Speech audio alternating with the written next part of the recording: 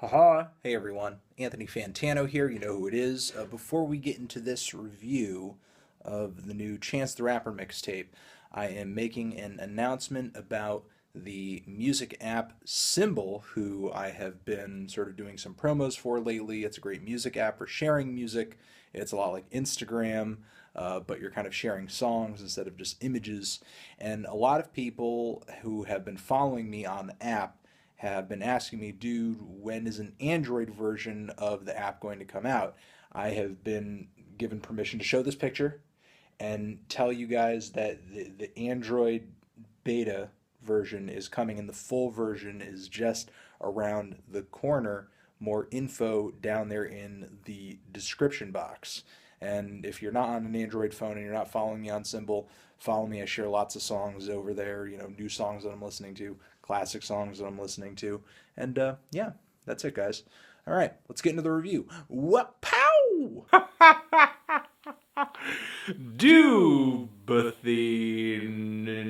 Tano here, the internet's busiest music nerd.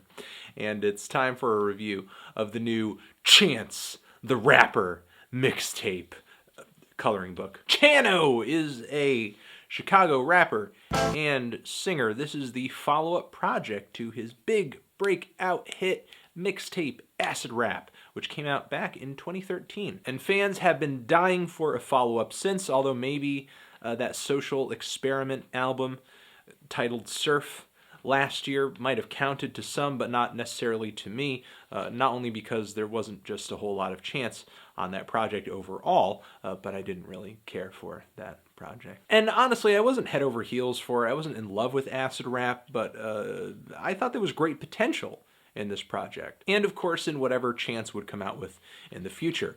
And I was certainly looking forward to this tape over here, given that one of its lead singles, Angels, was so goddamn good. Not only a witty, funny, blissful, charismatic hip-hop track, but also had these really strong influences coming from not only jazz, but gospel too. A combination of sounds that should feel familiar to Chance the Rapper fans at this point, not only given his work with the Social Experiment on tracks such as Sunday Candy, but also his recent appearance on the new Kanye West album with Ultralight Beam. And as long as the verses and the production are consistent, I could see a record fusing together jazz and hip-hop and gospel as being a pretty awesome and ambitious undertaking. And that is exactly the mix of influences we get on this tape, with also some splashes from pop and some soul and a bit of a diversion into hip house on the song All Night. And even though we have a cool mix of musical styles on this record, if we were to look at the features list on this album,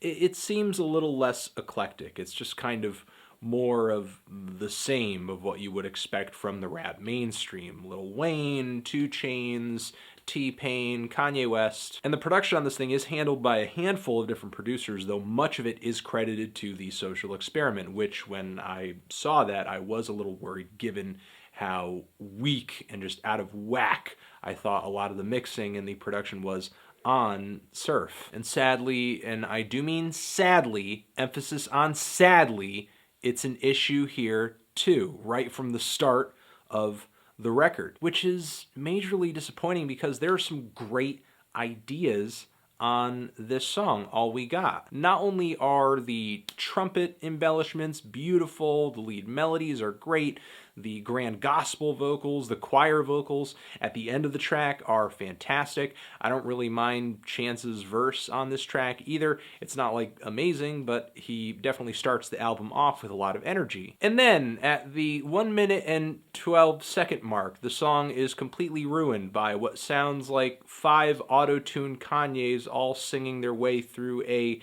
heart attack simultaneously. And no, it doesn't matter if this was intentional, it's still awful. It sounds terrible, ruins the track, not a good sound, no, not good at all. The mix on this track is worse than like the original mix on The Life of Pablo. And yes, I have heard the mixtape mix and the Apple Music mix, and neither sound good. We also have an issue of song structure on the track Summer Friends, which is one of the more underwhelming cuts on the tape, but I think could have been a shining emotional and personal moment moment, if not for the fact that what could have been the verse is just clashing against what could have been the chorus as they just kind of occur over one another at the same time. Throughout the track, Chance's verses are at odds with what sounds like a cyborg Bon Iver. Crazy idea. Let the singing happen, then, once the singing is done, let the rapping happen. And then repeat that, and you've got like a coherent song. The song Juke Jam does not deliver, unfortunately, on its very mouth-watering title. Instead, it's a kind of uninspired slow jam featuring a soulless, breathy feature from the Beebs. And All Night is one of the cheapest pieces of hip house I've heard in a while. Not only is the chorus totally insipid and obnoxious, but this is another cut in the track listing here where the vocal mix is totally out of whack, and Chance's singing, while it's usually somewhat on point, just goes full-fledged awful on this track. We have the meandering smoke break with Future, which doesn't really add anything to the tape other than another feature credit. I do like the instrumental, which I think is kind of pretty, but the track just makes too much of an emotional fuss over getting high and watching Netflix. Though I guess you can make an emotional fuss over anything that you used to do with somebody who you're really, I don't know, in love with or just have strong feelings for. I mean, I guess you could write a song about eating Twinkies and doing cartwheels. But I'm not going to just totally beat this tape up for like 10 or 15 minutes because there are some good tracks on here. There are highlights on here. There's the track No Problem with 2 Chainz and Lil Wayne. I love the cute keyboards and the crispy drums and the bright, inspiring gospel vocals sampled in the track. It's not an amazing cut, but it has a good chorus. You don't want no problem with me. Funny verse from Chance, though I will say there is a little more lyrical presence from 2 Chainz and Lil Wayne. Both of them seem to dominate the track a little bit more, and the song completely avoids any major mixing issues that some of the other cuts here have. Then there's Same Drugs, probably my favorite track on the record, and a really great ballad. A track that uses drug use as a metaphor for Chance kind of drifting away from this person who he cares about quite a bit. Just kind of using the fact that they're not using the same drugs to say that they're not at the same point in life anymore and they've effectively drifted apart. To me, this track is really like the cocoa butter kisses of the album because, you know, we're kind of seeing drug use represent something of a separator between him and somebody who he cares about. Then we have the cut Angels, which was fantastic as a single and is still great in the context of the record. The instrumental, amazing. One of Chance's best verses on the record on here too. I love the line when he's talking about God splitting an atom with him. And a lot of the closing tracks in the track list here tie the album up in a nice tight little gospel bow, like with the really beautiful and inspiring How Great, which has these amazing, huge, just gargantuan gospel vocals for the first half of the track. How great is our God. I also love the line about how this is the kind of worship that makes Jesus come back a day early.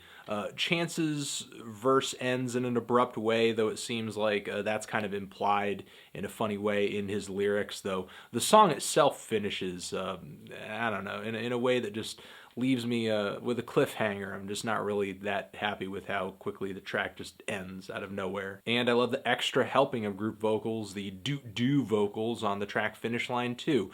It's vocals like this that kind of remind me of Kanye's debut record, College Dropout, how some of the great group vocals kind of popped up here and there throughout that record. Vocals that seem greatly inspired by either soul or gospel or just choral music. And later in the track, the instrumental kind of transitions into something of like, I don't know, a bit of peppy 70s era jazz that sounds like it could be worked into a sitcom theme or something. Chance on here delivers a verse that is one of many moments on this album that is super personal, super telling about everything that's been going on with him lately, with his kid and his girl, and trying to support them with his music and sharing his music around the world. No Name's verse embraces the religious themes of not only this track, but much of the record. And Kirk Franklin at the very end of the track kind of takes this preacher tone with his lyrics and almost delivers a kind of poetic sermon at the back end of this cut. And the Blessings reprise and the original Blessings earlier in the track listing, it was a little underwhelming at first, but it definitely grew on me. But this reprise I like even more. Not only are the vocals that end the track off wonderful and very golden and luscious and beautiful and inspiring, but Chance, I think, lays down his best and most telling verse on the entire record here, saying at one point that he's like Mr. Mufasa, he had to master stampedes. This is one of many spots on the record where Chance, when he's at his best, he, again, is charismatic, he's inspiring, he's warm, he's inviting, he's fun, and he brings this infectious sense of optimism. There's a lot of super enjoyable tracks in this track listing. However, this tape is just not as consistent as I would like it to be. There are a few of Chance's worst songs here. There are a few tracks that really should have been remixed, could have been given a better mix. And while Chance is anti-label in a sense, he's obviously not against bogging his tape down in a bunch of trendy features. And he's not beyond delivering a struggle bar or two either. Like, they gotta ask if they may Cinco de Mayo, or that one line about giving Satan a swirly. This project is ambitious, it's fun, it's grand, but it is still flawed. But those flaws don't completely tarnish the enjoyability of this project. I do think overall this was certainly a show of growth past acid rap. It's not as immediate or as snappy or as poppy as acid rap, I will say that. And I certainly admire a lot of the risks and a lot of the reaching Chance had to do in order to make some of the huge songs on this record happen. I'm feeling a light 7 on this thing. Transition. Have you given this album a listen? Did you love it? Did you hate it? Would you rate it? You're the best. You're the best. What should I review next? Hit the like if you like. Please subscribe. Please don't die. Chance the Rapper. Coloring book. Forever.